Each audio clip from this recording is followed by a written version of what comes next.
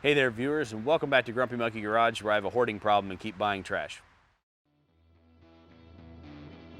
Do you live in the suburbs but call your home a farmhouse?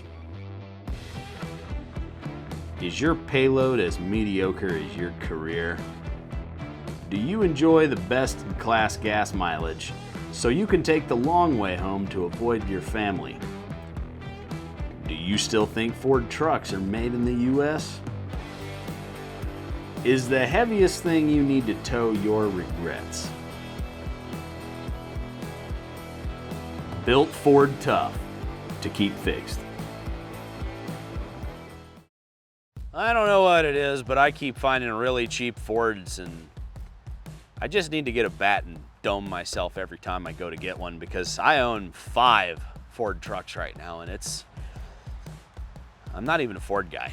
But let me tell you about what I've purchased. What I've got here is a 1998 Ford F-150 with the 4.6 because the 5.4 is best used as a boat anchor. So in that regard, I've done good. I've bought the best combination of truck for this vintage. Now you might notice over here, slightly out of frame, our work truck, our main Grumpy Monkey service truck, is this same generation F-150, kitted out identically with a 4.6. So what is my obsession with these trucks? Let me show you. So why do I like these? Well, they're not the most reliable and they're not the easiest to work on. So it's obviously not that. What it is back here, full-size bed. Unlike a lot of the modern trucks and even the more modern F-150s, they don't have the full-size 6.5 by 4 foot beds, which I really enjoy. And I'll put the inch dimensions and centimeters for you who don't have an American imperial system. We'll put those up there for you.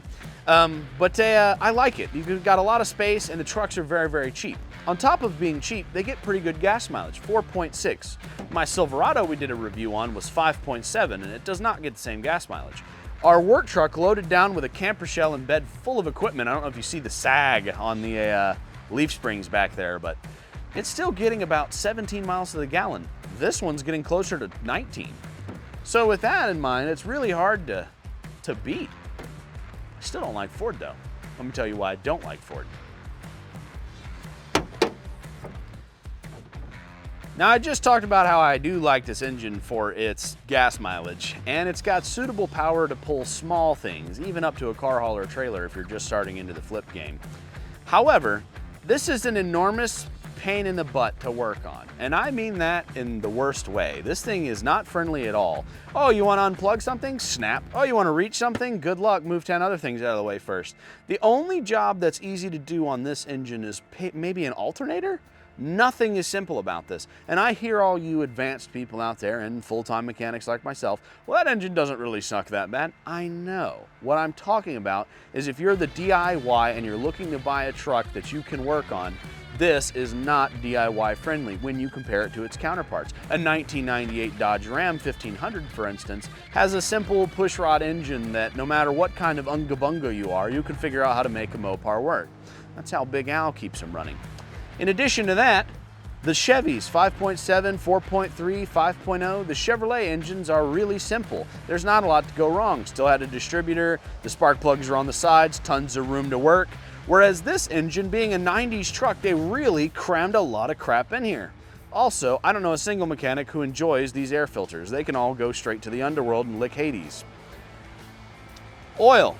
It's about on par. Oil change price if you're buying one of these and you're not going to work on it yourself. These only take about 6 quarts of oil, so it's right on par with the Chevy and the Dodge, which both in the 90s took about 5 quarts. So it's even more in that regard. But comparing it to like the 2003 Ram we did the review on, that took 7. So it's right in line. Nothing obnoxious there. So why do I keep buying them if it's only middle of the road? Well, it's the gas mileage and the cab space. Let's get to that. This is another reason I keep buying them. Normally, these back doors open. On my 2004 over there, they should both open. But they don't, because they do Ford things and they break and they don't open. But having the access to the rear seat is very important for me. Sometimes I have to carry special tools inside the cabin, like a scan tool, or I might have to pick up a passenger if it's just me and my apprentice, and then the customer's stranded and we have to take them to the store or something. We're gonna need the back seat as space. And this is a very condensed amount of space. The Chevrolets, I can show you a picture here of their extended cab, it's a lot bigger. So if you're buying it for your family and you need to fit your family comfortably in it, definitely the Chevy GMC way to go. But for me, I don't need that. I just need it in an emergency situation where I have to move more people to be able to fit them in there. It doesn't have to be urgent. Now, this center console setup and this interior is probably the best 90s interior. I know I just pissed off everyone with that one. The Dodge's dash would crack. This one's dash is cracked. It's not horrible, but the seats hold up really well. And the center console is very usable, particularly in the 04s, the later generations of these. But I like it. It's very straightforward. There's not a lot of BS going on in here. And it's very usable and comfortable, and it works when you're driving 600 miles a day doing roadside assistance. This is definitely the best interior I found for that. You can fit all your stuff comfortably, be able to answer the phone on the Bluetooth and see who's calling because you can mount it up there in the cup holders. Now, I'm sure there's ways to modify it with all sorts of phone adapters and crap you can put on the dashes in the other trucks. And I used my 97 Silverado for years as a roadside service truck. But that gas mileage difference, again, Ford hit the sweet spot making this tiny V8, that good gas mileage for this much power. It's hard to beat. Now let's talk about power back at the trailer hitch. Now, for being the smallest of the engine variety, let's see how it stacks up against its competitors.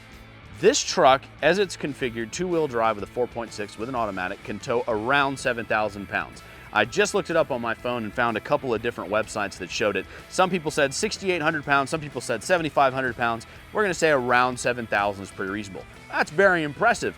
The 5.0 V8, slightly larger from the Chevys, the 305, can only tow around 5,000. However, most of the Silverados in the 90s were equipped with the 350, the 5.7, and the 5.7 V8 can tow 12,500 pounds, according to this article we found right here.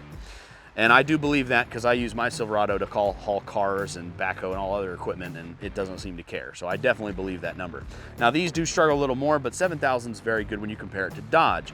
Dodge's towing capacity, even when equipped with a 360 cubic inch big V8, the biggest V8 you can get of all three brands, is only 5,000. That's very Mopar of them to underperform as usual. Big numbers, small performance. It's like a steroided muscle guy, you know? Big, small. Now let's talk about one area it doesn't really exceed, it does fall at the bottom, is payload. The payload capacity for the 98 F-150 at least is only 1,900 pounds, whereas both the Chevy and the Dodge come in at 2,300 pounds. Now, I don't know how creative you'd have to be to fit that much crap back here, but I will say that if you throw a couple of engines, hoods, fenders, and all this bumpers and crap back here, you will hit that. I've hauled a few scrap loads before in the Silverado that were probably significantly over that and shouldn't have done it, but the Chevy pulled it just fine. I don't know if that's just because of the rating system or not, but I do feel like that's probably realistic. Now, the 2004 F-150 that our cameraman's over there with our camper shell, I know that that one's hauling routinely about 2,300 pounds in it, and it doesn't seem to have any trouble, other than I do notice the truck is significantly slower, but it's hauling an extra ton of stuff around, so that does make sense. All in all, these trucks are really cheap to buy. They're okay to maintain. They're not particularly horrendously unreliable, like the Dodge with the transmission issue or rear end problems, or you know, any of the old carbureted stuff from the 80s. So if you're getting something and you need it to just haul stuff and be cheap to own, these are kind of falling in that price point. If you're trying to work on stuff yourself though to save money, unless you're looking to become a mechanic, this is not farm boy friendly.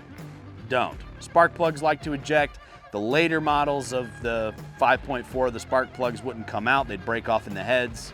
It's awful. I don't even want to talk about 5.4. That's going to be on my worst engines list. But the 4.6s, if you're looking for a solid work truck, that's what I'm using for my work truck, I wouldn't shy away from these. These do have their place. Let's go drive it. So here we are in the cabin of the truck, and there's tons of space in here for that good gas mileage I was referring to. Now, this center console does flip up into an extra seat, but I don't know who you'd force to sit in there. The center console is enormous, and I like it. And on later generations like our 04, it's got double cup holders here, which is also a fan. I don't know why you'd need so many damn cup holders, but man, they kitted you up. Look at all this. I mean, just so much storage. But back on to what it can do. Let's go for a test drive. Ah yes, the infamous Ford problem. If you're looking at one of these to buy, the dash is never going to line up. So park is actually where reverse is, and then, you know, they're never aligned. But that's okay. You just know, you know, park, reverse, neutral, drive. You don't need to pay attention to any of that other crap. So basically, I've bought this truck on a trade. So how it went about is I have a customer who owned this truck, and this is the truck that we made a forever ago, one of my apprentice techs made a Reddit post and it went viral because this thing had a pool noodle for an intake, a sparkly pencil jammed in its EGR, and it wasn't running correctly, and we couldn't figure out why. So I've traded this with my customer. I did some work on his Mazda. I definitely need wiper blades.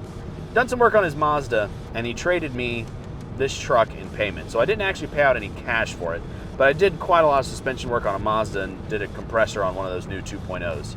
By the way, whoever invented stretch to fit belts needs to be punched in the nads repeatedly with a piece of heavy mining equipment. Anyway, so these trucks, I'm excited for it. I haven't decided what I'm gonna do. Wow, that's loud. I'm thinking about giving this truck to my dad, who has had the same truck since the 80s, and you know, he could use a new truck. Not that he'd get rid of his 80s truck, we're not that kind of family, but give him something else to drive, because I like these, and I already have one. Or I could turn it into a quick flip, or a project, or use it in one of our challenges coming up. Now, everybody liked our $500 car challenge, as you can watch on our channel. But what do you viewers, let's get some audience interaction. What do you want to see out of a 4.6 base little truck here? Flip it, fix it, restore it, put a giant lift kit on it? No, we're not doing that. I'm not even going to list that in the options. We might take a poll, in fact, about what you guys want. We'll take that over on our Patreon, which you should also subscribe to watch us clean this truck up and get it running to do whatever we do with it. We'll do some more of the behind the scenes on there, just because it's less time, less editing, and you get the footage as it is. Overall, these trucks are pretty good. On my scale, I definitely say these are, I think I did these exact trucks in our top 5 full-size trucks video. So you can go check that out as well. Let's get my concluding statements. Overall, these trucks are really good. They're number 3 on the list. It goes Tundra, Silverado, GMC Sierra, and then the F-150s of this generation. Anything newer than this, meaning after 2005, 5.4 Triton's a piece of crap with the spark plug problems and nonsense, constant PATS theft issues, PCM trouble. They're not any good. But these simple ones, I don't know, I've had a really good experience and seen some pretty high miles ones. This one itself has over 200, and our service truck's about to roll over 400,000 miles. I say they're starting to earn their place on me. Anyway, I hope you enjoyed this very short car review from Grumpy Monkey Garage, and we'll see you next time. Be sure to like and subscribe, and check us out on Patreon if you want to follow this truck's progress. See you later.